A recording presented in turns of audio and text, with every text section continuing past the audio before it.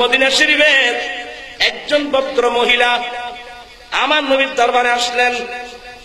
সালাম কালামের পরে বললেন, নবী গো, আমার এখনো বিবাহ শাদী হয় নাই। খুব মনোযোগ।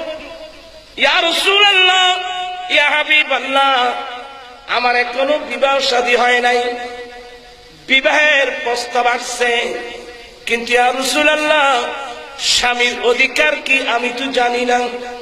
এই জন্য আমি হানা কিছু না বলে সরাসরি আপনার দরবার আসলাম। আপনি আমাকে স্বামীর অধিকার সম্পর্কে অবহিত করুন, আমি শুনব, শিখব, তারপর গবেষণা করে দেখব স্বামীর এই অধিকারগুলো আমি আদায় করতে পারবো কিনা।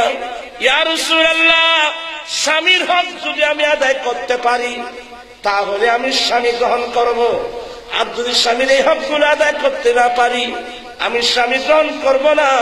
আল্লাহর প্রেমে আমার গোটা জীবনটা কাটিয়ে দেব। আচ্ছা বাজি ভাষায় এ মন মানসিকতার মাইয়ে বর্তমান সমাজ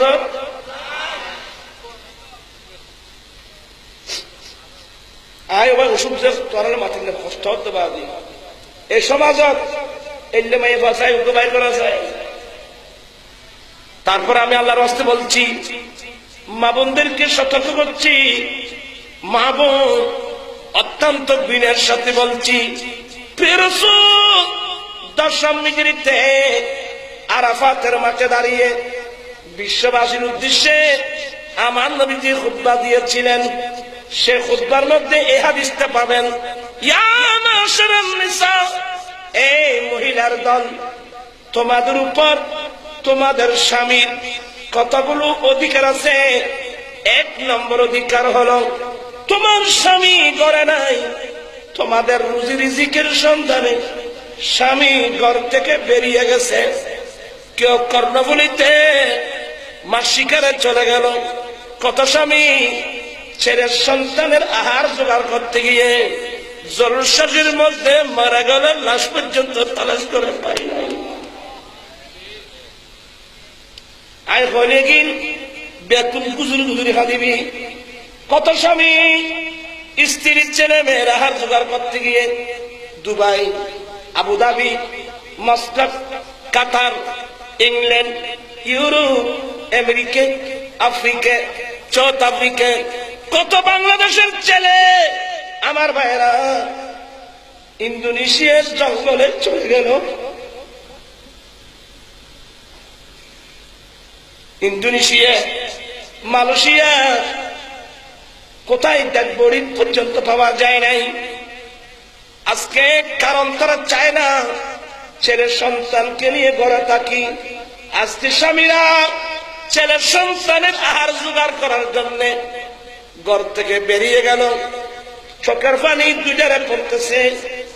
এয়ারপোর্ট যখন গেল, প্লেনের দরজা দাঁড়িয়ে দুই চোখের পানি চলতেছে।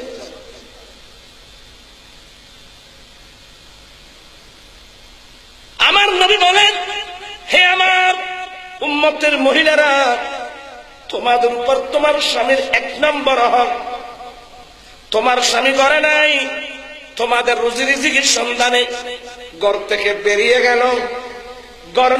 গোটা ঘরটা তোমার, গোটা ঘরের মধ্যে তোমার রাজত্ব।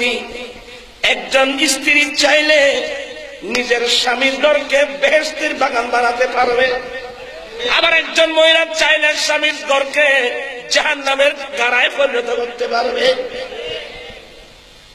মনীষীরা বলে না, রাজার দোষে রাজ্য নষ্ট, প্রজা কষ্ট পায়, নারীর দোষে সংসার নষ্ট, শান্তি চলে যায়। তোরা সিট ভাই হলে খাতায় ভরিয়ে দিলে ব্যাগি, রাজার দোষে রাজ্য নষ্ট, প্রজা কষ্ট পায়, নারীর দোষের সংসার নষ্ট, শান্তি চলে যায়। তোমার স্বামী তোমাদের রিজিকের সন্ধানে ঘর থেকে বেরিয়ে গেল। আমার রাসূল সেদিন আরফাতের মাঠে দাঁড়িয়ে কি বলছিলেন, এই মহিলারা সাবধান, তোমার স্বামীর প্রথম হক, তোমার স্বামীর অনুপস্থিতিতে তোমার স্বামী অপছন্দ করে এমন কোন পুরুষকে তোমার স্বামীর বিছানায় বসাতে পারবি না। হারাম হারাম হারাম। ও বাংলাদেশের মুসলমান, বিয়ে করছ তুমি, তোমার ঘর পাহারা দেওয়ার ব্যবস্থা করছিল আমার হায়াতুন নবী।